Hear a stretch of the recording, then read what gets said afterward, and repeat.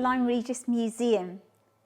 Behind me you can see this beautiful depiction of a watercolour that was painted by Henry de la Beach, and it depicts Lyme Regis as it would have been during the early Jurassic period.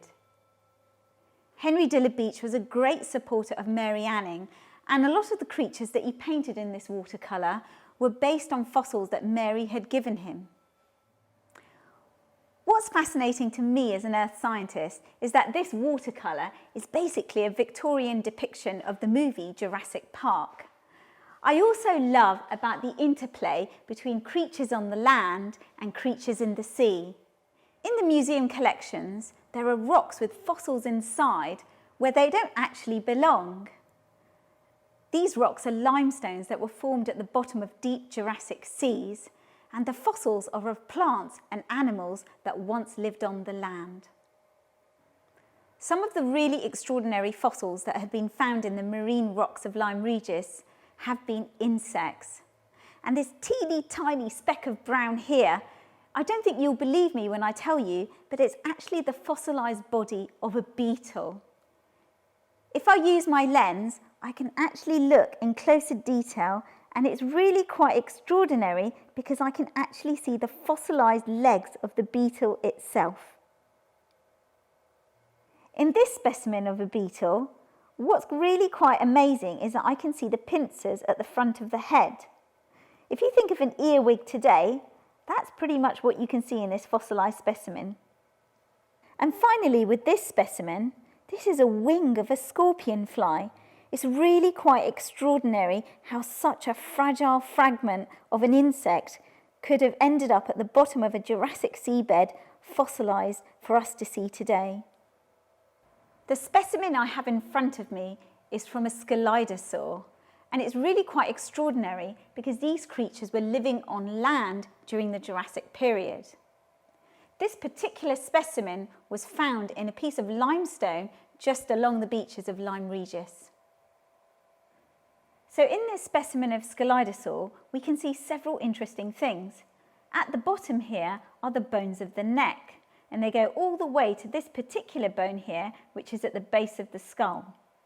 We can see this on this model of a Dinosaur here. At the back here are these strange bony scales. And what's really quite extraordinary is that they're still preserved on the specimen itself. You can see them on the model here. So how did a land-based reptile, a dinosaur, end up at the bottom of a seabed? We have to imagine that our Dinosaur was probably roaming one of these islands, munching on a juicy piece of vegetation.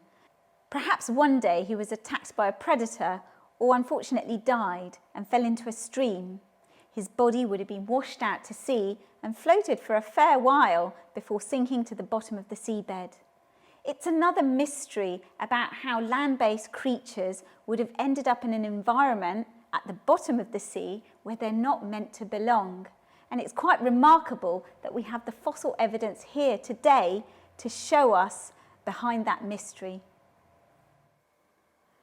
It's not just dinosaurs that were found in the Lyme Regis limestones. We actually have fossil evidence of dimorphodons, which are actually flying reptiles zooming over these islands that were dotted around the Jurassic seas. In this specimen that was found by James Harrison, you can see the beautiful needle-sharp teeth of the dimorphodon set in the tip of its jaw. These thin, sharp, pointed teeth were especially adapted for dimorphodon to swoop into the water and hunt fish. It was possible for Henry de la Beach to create this beautiful watercolour, the Duria antiquae, based on the fossils that were being found by fossil collectors at that time, like Mary Anning.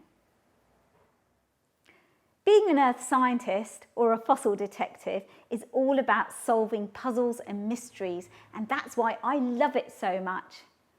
I'd love for you to go away inspired by the beautiful collections at Lyme Regis Museum and find your own pathway to becoming an expert in fossils.